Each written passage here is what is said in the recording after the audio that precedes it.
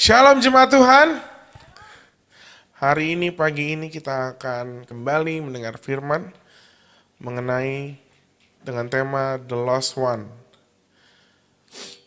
Mari kita berdoa terlebih dahulu sebelum kita mendengarkan firman. Terima kasih Tuhan, karena Engkau telah bersama-sama dengan kami sepanjang seminggu ini, sebulan ini. Engkau bersama-sama dengan kami. Sekarang kami Tuhan mau mendengarkan firman-Mu, biarlah apa yang aku sampaikan berasal dari Engkau Tuhan, dan aku hanyalah perpanjangan dari firman-Mu. Terima kasih Tuhan Yesus, haleluya, amin. Oke. Dalam tahun baru 5782 ini ada yang ngerti nggak tahun baru ini? Ini adalah tahun baru Ibrani ya Bapak Ibu, bukan tahun baru Romawi. Tuhan memberikan visi tahun ini adalah tahun keselamatan keluarga untuk CBM. Minggu lalu kita udah belajar betapa pentingnya persekutuan keluarga. Minggu ini kita mau belajar bahwa tidak semua keluarga sempurna. Bahwa anggota yang terhilang atau hubungan yang terputus bisa terjadi dalam keluarga. Kita mau melihat bagaimana Tuhan melihat anggota keluarga yang terhilang. Juga bagaimana cara kerja favor Tuhan terhadap anggota yang terhilang tersebut. Kemarin hari Kamis di ibadah Yom Kippur, kita merayakan Hari Raya Penebusan. Yang berasal dari sejarah pengampunan Tuhan terhadap bangsa Israel yang menyembah lembu emas. Tuhan tetap mengampuni, bahkan memberi kesempatan berikutnya. Musa berpuasa untuk kedua kalinya dengan datang ke puncak Gunung Sinai dan memberi 10 perintah yang kedua. Inilah yang menggambarkan full favor dari Tuhan. Hari ini kita mau membahas tentang anak yang hilang, tetapi sebelumnya kita mau baca dulu perikop dari Matius 6. Kita membaca dulu perikop dari Matius 6 ayat 1 sampai 4.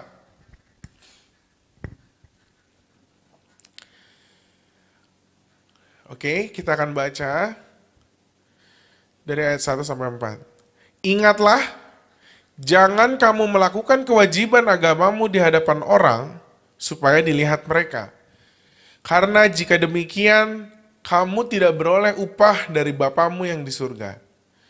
Jadi apabila engkau memberi sedekah, janganlah engkau mencanangkan hal itu, seperti yang dilakukan orang munafik di rumah-rumah ibadat dan di lorong-lorong, supaya mereka dipuji orang.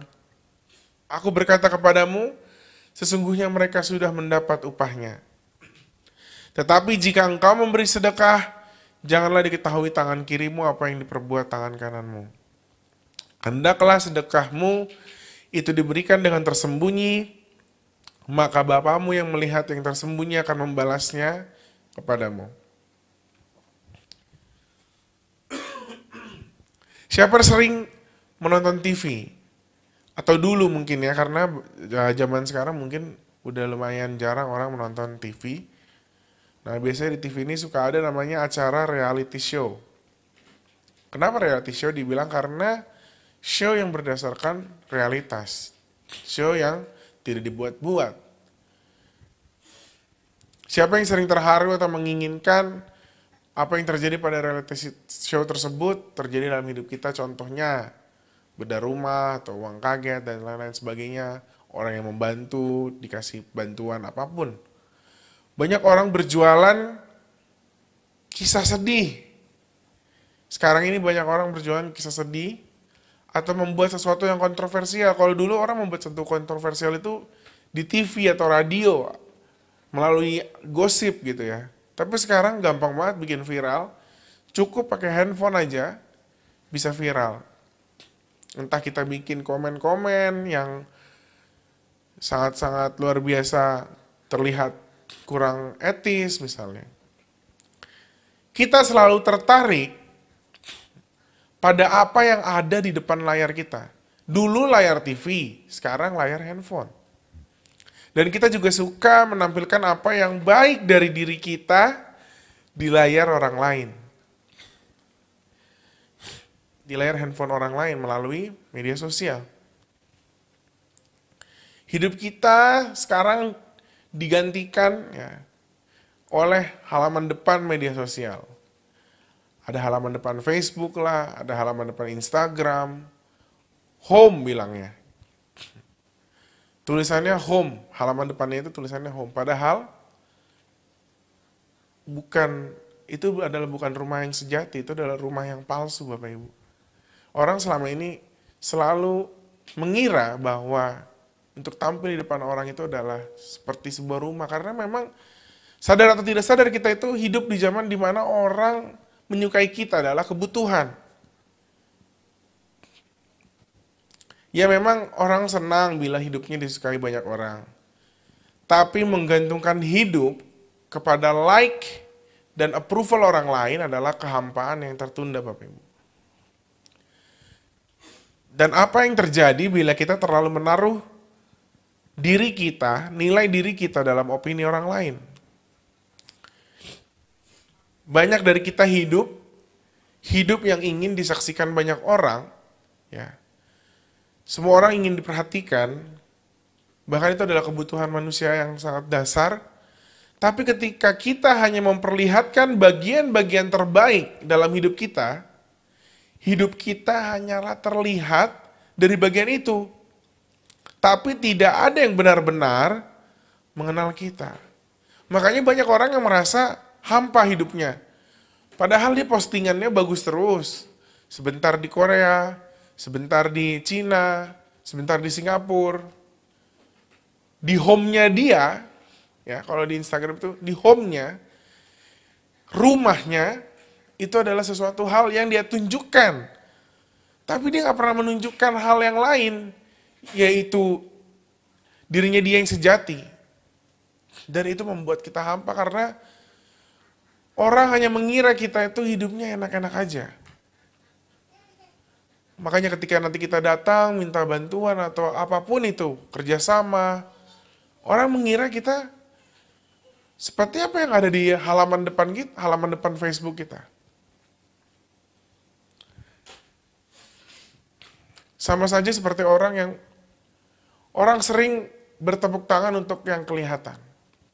Tepuk tangan orang lain itu sering menepuki sesuatu yang terlihat, sesuatu yang material. Ya. Orang akan bertepuk tangan untuk mobil baru kita, tetapi tidak bertepuk tangan untuk kemampuan kita membayar cicilannya. Orang nggak tahu betapa banyak orang yang mencoba menaikkan harga dirinya dengan materi. Dan itu bukan sesuatu hal yang jelek, karena kita juga butuh image yang baik. Tetapi jangan sampai kita tidak mampu sebenarnya untuk mendapatkan mobil itu, atau handphone itu, atau apapun itu yang bisa menaikkan kita. Orang bertepuk tangan untuk gaji kita yang naik, tapi tidak pernah bertepuk tangan untuk istirahat kita yang selalu cukup. Orang tidak bisa bertepuk tangan untuk sesuatu yang tidak terlihat, Bapak Ibu. Orang akan bertepuk tangan untuk berat badan yang turun. Ya. Walaupun nggak tahu penyebabnya apa. Pokoknya, gila lu kurusan ya, bro, gitu.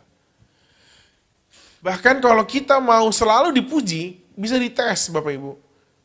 Dalam setahun ini, bikin kita gemuk gitu ya, makan banyak gitu. Lalu setengah tahun lagi kita turunin. Pasti banyak orang yang akan memuji kita. Habis itu besok lagi gitu lagi. Tetapi tidak ada pernah orang yang... Jadi Bapak Ibu, kita tidak seperti dunia ini. You are not like the world because you have something they don't. Sang pencipta, the creator, tidak mungkin menolak mahakarya yang dia ciptakan. Bahkan dunia ini udah terbiasa dengan menarik barang. Kalau Anda punya handphone, punya mobil, punya sesuatu hal, ya ada namanya garansi. Bahkan tanpa garansi pun, kalau barang kita rusak, dan memiliki kerusakan yang sama dengan orang lain pada umumnya, barang itu bisa ditarik, bisa dikembalikan kepada penciptanya, kepada pabriknya. Apalagi kita dalam mahakarya yang pernah diciptakan Bapak Ibu. Tuhan menciptakan malaikat, Tuhan menciptakan manusia. Tetapi ketika malaikat membuat satu kesalahan, dia langsung dibuang ke bumi.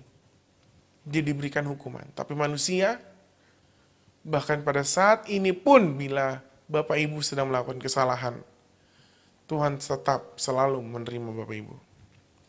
Bila hari ini Anda sedang menangis, Anda tidak sedang menangis sendirian. Bila tadi malam kita tidak bisa tidur, maka Anda sedang tidak gelisah sendirian. Often, the greatest proof that you are doing good in God's sight is that you are taken for granted in people's sight. Kadangkala bukti terbaik bahwa kita melakukan sesuatu yang baik di mata Tuhan adalah kita tidak dianggap di mata manusia. Untuk dipandang sebelah mata atau tidak dianggap sama sekali memang tidak mengenakan. 2 Korintus 4 ayat 18b dikatakan, in the kingdom what is unseen is often what is most significant. Karena yang kelihatan adalah sementara, sedangkan yang tidak kelihatan adalah kekal. Tuhan tidak peduli dengan followermu, Tuhan tidak peduli dengan jumlah like-mu. Karena musuh kita itu sebenarnya tidak pernah bisa mengalahkan kita, Bapak Ibu. Tapi dia akan mencoba mengalihkan kita, mengalihkan perhatian kita, mengecilkan hati Anda. Ya. Dia ingin mengalihkan perhatian kita dari peperangan yang harusnya kita perangi. Perjuangan, dia mau kita mundur sebelum berjuang. Tapi itu semua bisa dihindari kalau kita mengetahui bahwa Tuhan selalu memperhatikan kita. Bahwa yang tidak kelihatan, the creator dari mahakarya yang pernah diciptakan yang paling sempurna, selalu melihat karyanya setiap hari, setiap saat. Dan itu akan membawa fokus Anda kembali. Kalau Anda mengetahui bahwa Tuhan itu selalu melihat saya, Anda tidak akan pernah patah semangat. Anda tidak akan pernah, karena Anda tahu bahwa you are not alone. Seringkali hal-hal yang tidak dapat Anda ukur adalah hal-hal yang paling penting. Dikatakan people will celebrate a gift rather than character. Ya. Hampir nggak pernah ya kita dengar, wah, determinasi lu bro luar biasa. Cara analisis masalahmu tuh luar biasa banget ya sekarang ya, meningkat gitu. Orang lebih cenderung melihat apa yang terlihat untuk dirayakan. Wih, laptop baru ya. Wih, handphone baru. Dan sekarang kita akan masuk ke dalam perikop tentang anak yang hilang, yaitu dari Lukas 15 ayat 11 sampai 20. Lukas 15 ayat 11 sampai 20. Mari kita baca bersama-sama ayat 11. Yesus berkata lagi, ada seorang mempunyai 2 anak laki-laki. Kata yang bungsu kepada ayahnya, Bapa berikanlah kepadaku bagian harta milik kita yang menjadi hakku. Lalu ayahnya membagi-bagikan harta kekayaan itu di antara mereka. Beberapa hari kemudian anak bungsu itu menjual seluruh bagiannya itu. Lalu pergi ke negeri yang jauh, di sana ia memboroskan harta miliknya itu. Dengan hidup berfoya-foya. Setelah dihabiskannya semua, timbullah bencana kelaparan di dalam negeri itu. Dan ia pun mulai melarat. Lalu ia pergi dan bekerja pada seorang majikan di negeri itu. Orang itu menyuruhnya ke ladang untuk menjaga babinya. Lalu ia ingin mengisi perutnya dengan ampas yang menjadi makanan babi itu, tetapi tidak seorang pun yang memberikan kepadanya. Lalu ia menyadari keadaannya, katanya, betapa banyaknya orang upahan Bapakku yang berlimpah-limpah makanannya, tetapi aku di sini mati kelaparan. Aku akan bangkit, aku akan bangkit dan pergi kepada Bapakku dan berkata kepadanya, Bapa, aku telah berdosa terhadap surga dan terhadap Bapa. Aku tidak layak lagi disebutkan anak Bapa. Jadikanlah aku sebagai salah satu upahan Bapa.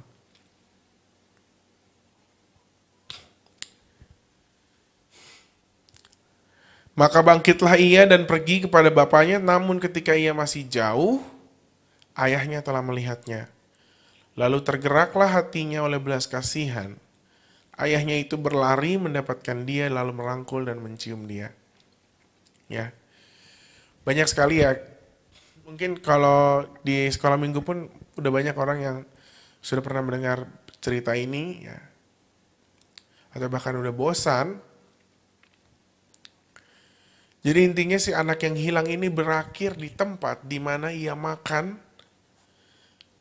dari makanan babi.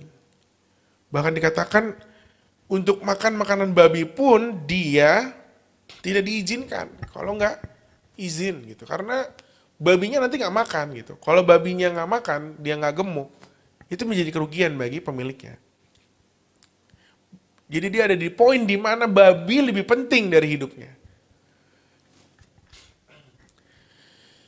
Awalnya dia memiliki kecenderungan menyukai hal-hal yang terlihat, Bapak Ibu. Si bungsu ini suka dipuji-puji orang lain. Ya. Sama seperti kita yang setiap hari scroll, like, share. Ya.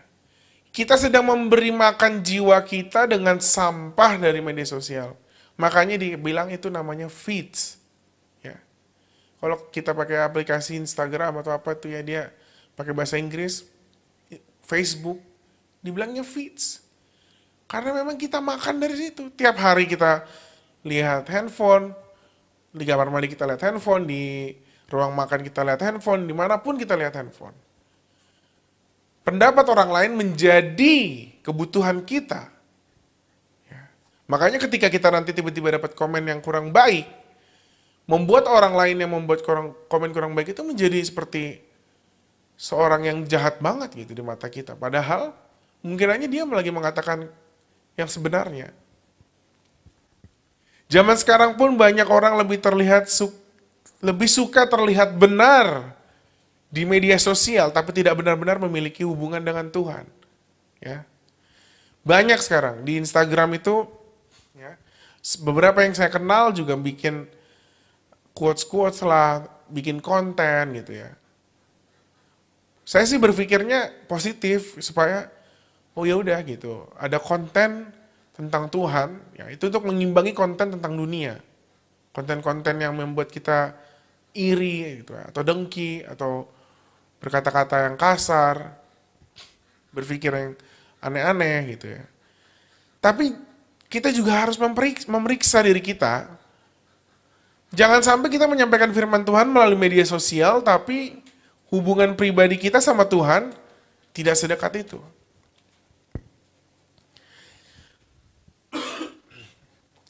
Si anak yang hilang ini akhirnya sampai pada poin, ya, di mana dia mengatakan, saya lelah menikmati hal-hal yang membinasakan jiwa dan roh saya. Saya lelah menanti orang untuk menyukai saya.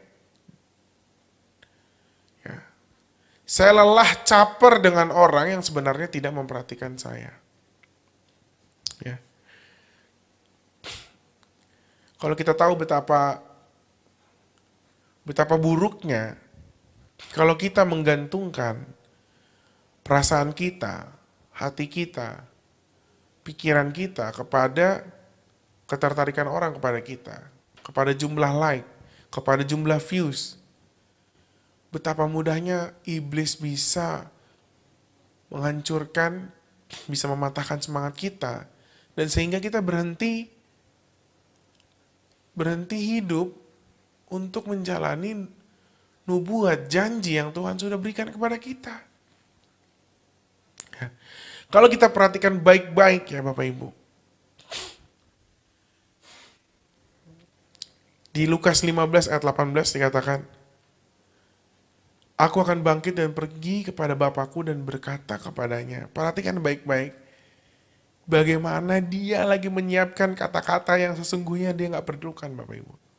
Dia lagi menyiapkan kata-kata ini. Bapak, mungkin dia latihan gitu ya. Pak gitu. Atau enggak, mungkin dia bilang, Pak gitu. Dan dia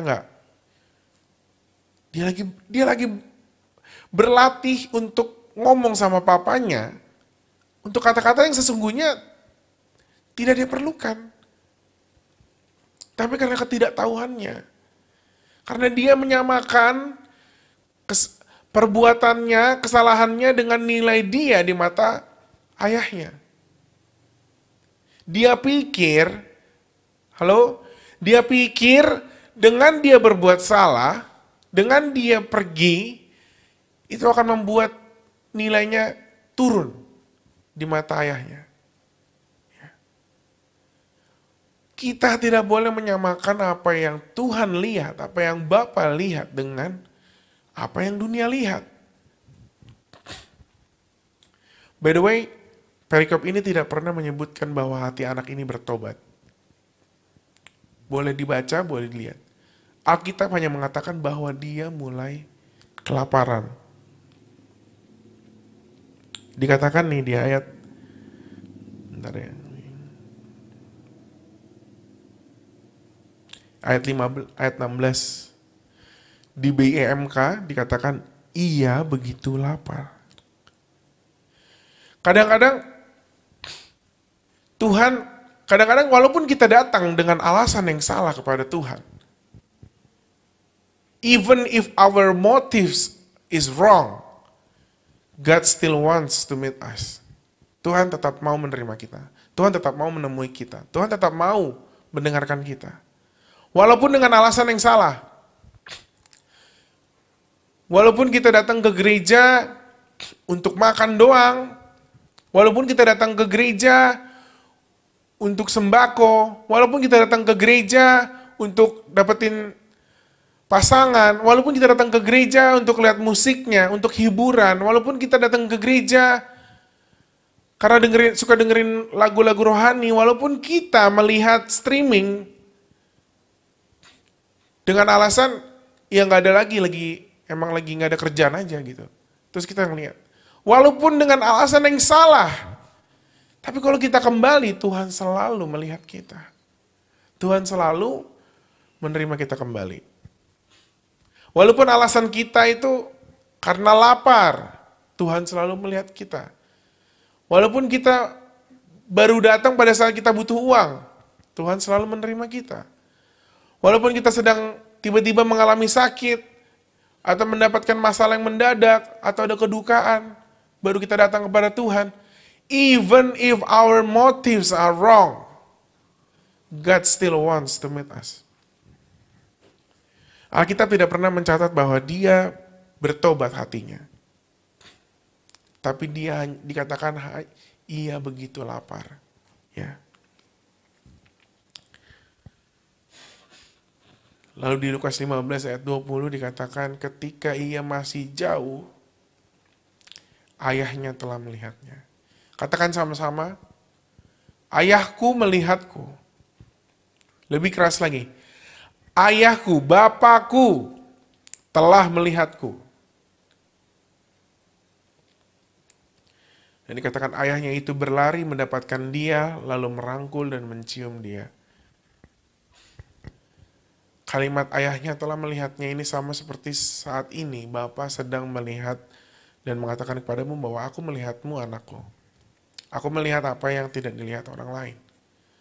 Aku melihat apa yang tidak dilihat orang lain bukan untuk menghukum, tapi untuk menerimamu, untuk mengasihimu, untuk membesarkanmu, untuk menumbuhkanmu, untuk memberimu upah, untuk memberimu reward. Kebiasaan kita memuji hanya sesuatu yang terlihat, sesuatu yang berupa materi, membuat kita haus untuk menunjukkan sesuatu yang fana, yang palsu, yang membuat kita disukai orang lain. Tetapi Tuhan memiliki lensa yang berbeda. Sekarang pertanyaannya, do you have the faith to celebrate what you can see? Apakah kita masih bisa bersuka cita, ya, untuk merayakan apa yang tidak kita lihat? Janji Tuhan itu iya dan amin. Tapi janji Tuhan itu membutuhkan proses.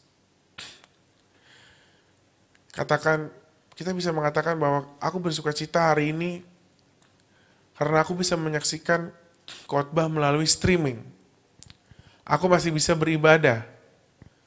Anak-anakku diberikan kesehatan dan kegirangan yang luar biasa.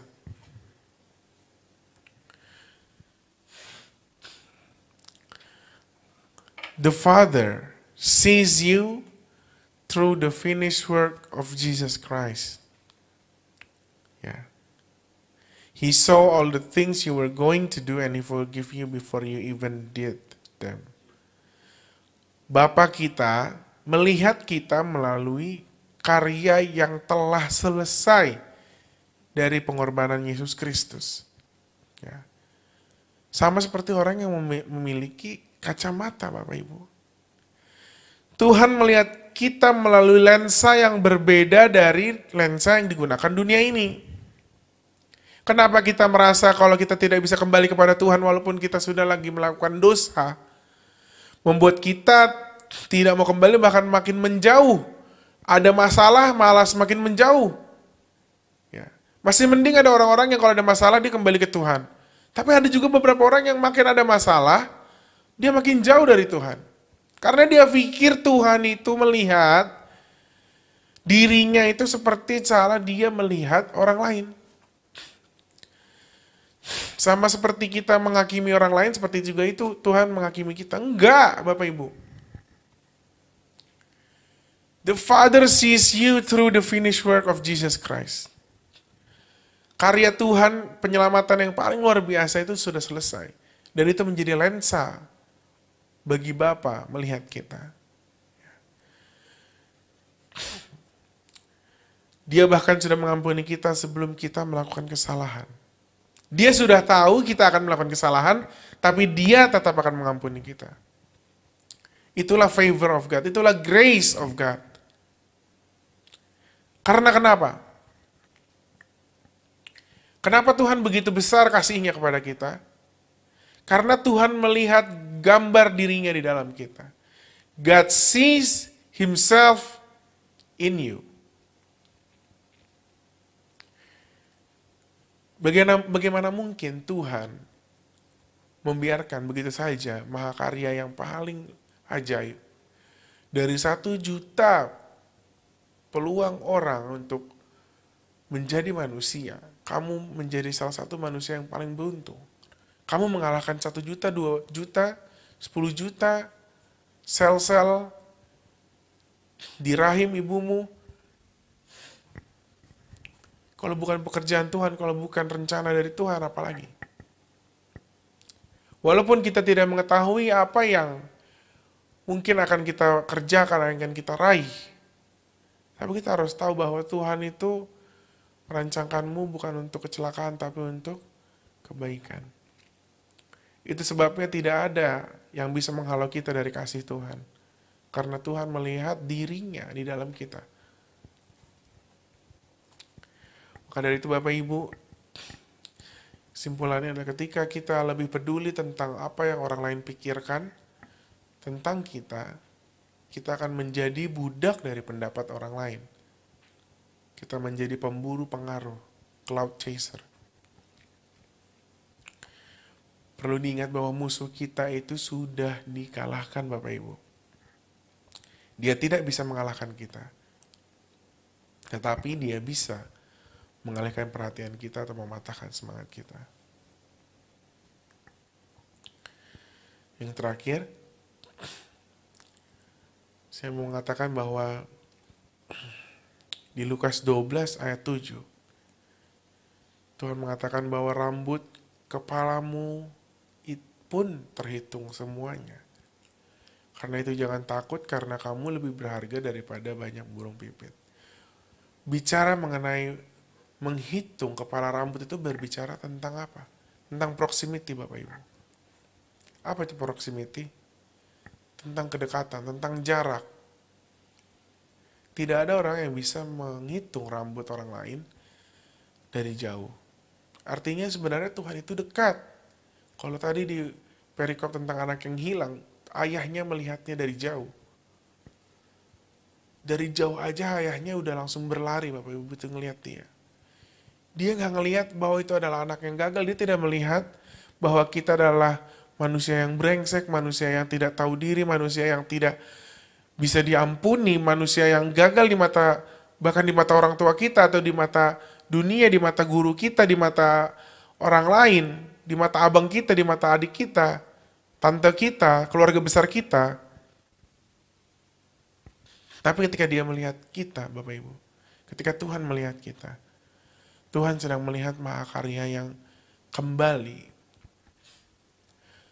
Tuhan sedang melihat apa yang seharusnya tidak pernah meninggalkan dia. Maka itu Bapak Ibu,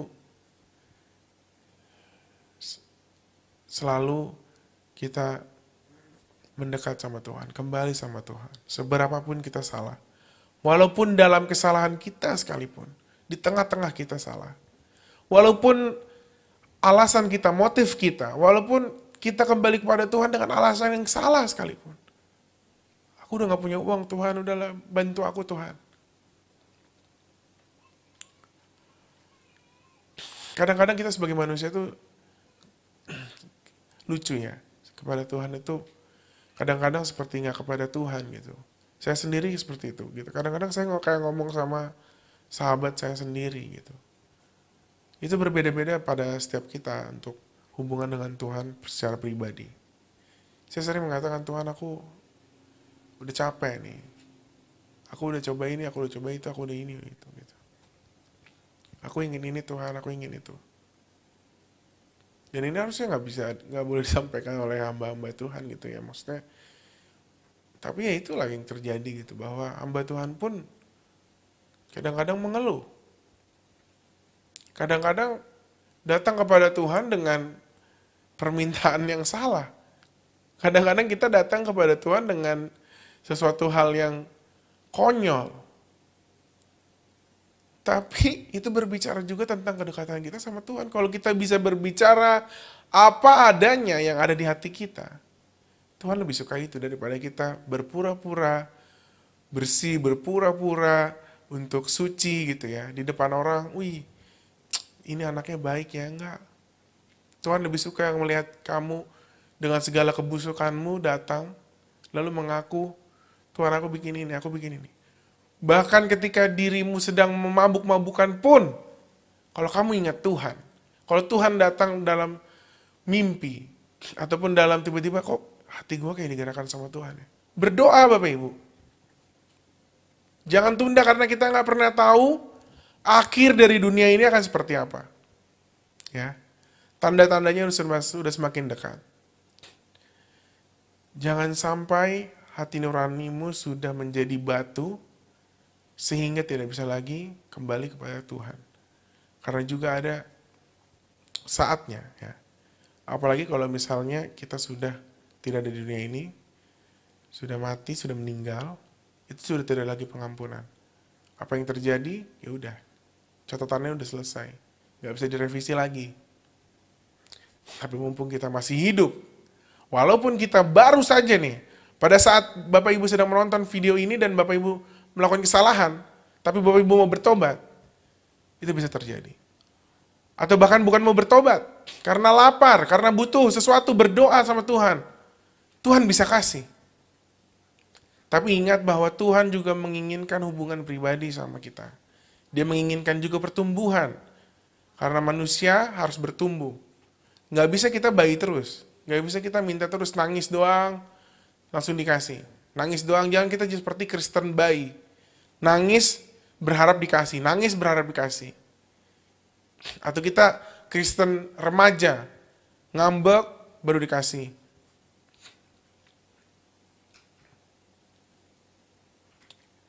Demikian firman Tuhan, bahwa Tuhan selalu dekat sama kita. Dan Tuhan selalu menanti-nantikan kita untuk kembali kepada Dia. Mari kita berdoa sebelum kita mengakhiri ibadah kita. Tuhan, terima kasih Engkau selalu memperhatikan kami dimanapun kami berada. Bahwa kami selalu berada dalam pantauan-Mu, Engkau selalu memperhatikan kami, bahkan di saat kami melakukan hal yang tidak dunia lakukan. Engkau melihatnya bukan untuk menghukum kami, tetapi untuk menggerakkan kami kembali dan memberikan kami upah. Kalau di ayat yang selanjutnya dikatakan bahwa ayah itu merayakan kembalinya. Seperti juga itulah Engkau mengatakan kepada kami bahwa Engkau selalu merayakan kembalinya kami kepadamu Tuhan. Begitu bahagianya karena Bapa melihat kita sama seperti Dia melihat dirinya sendiri. Sama seperti kita mengasihi orang lain, kalau orang lain itu pergi, kita kehilangan. Bapa pun seperti itu kepada kita. Tidak ada satu orang pun yang hina, yang busuk. Bahkan seorang penjahat pun Tuhan terima. Apalagi cuman kita melakukan kesalahan-kesalahan yang masih umum. Tuhan sedang mengetuk pintu hatimu, jangan melihat bahwa hamba Tuhan ini tahu apa, saya ini tahu apa gitu ya. Tapi lihatlah bahwa firman Tuhan ini sedang memanggil engkau. Sadar tidak sadar, firman Tuhan ini sedang memanggil engkau. Jangan kau lawan. Terimalah Tuhan sebagai juru selamatmu, sebagai satu-satunya harapanmu.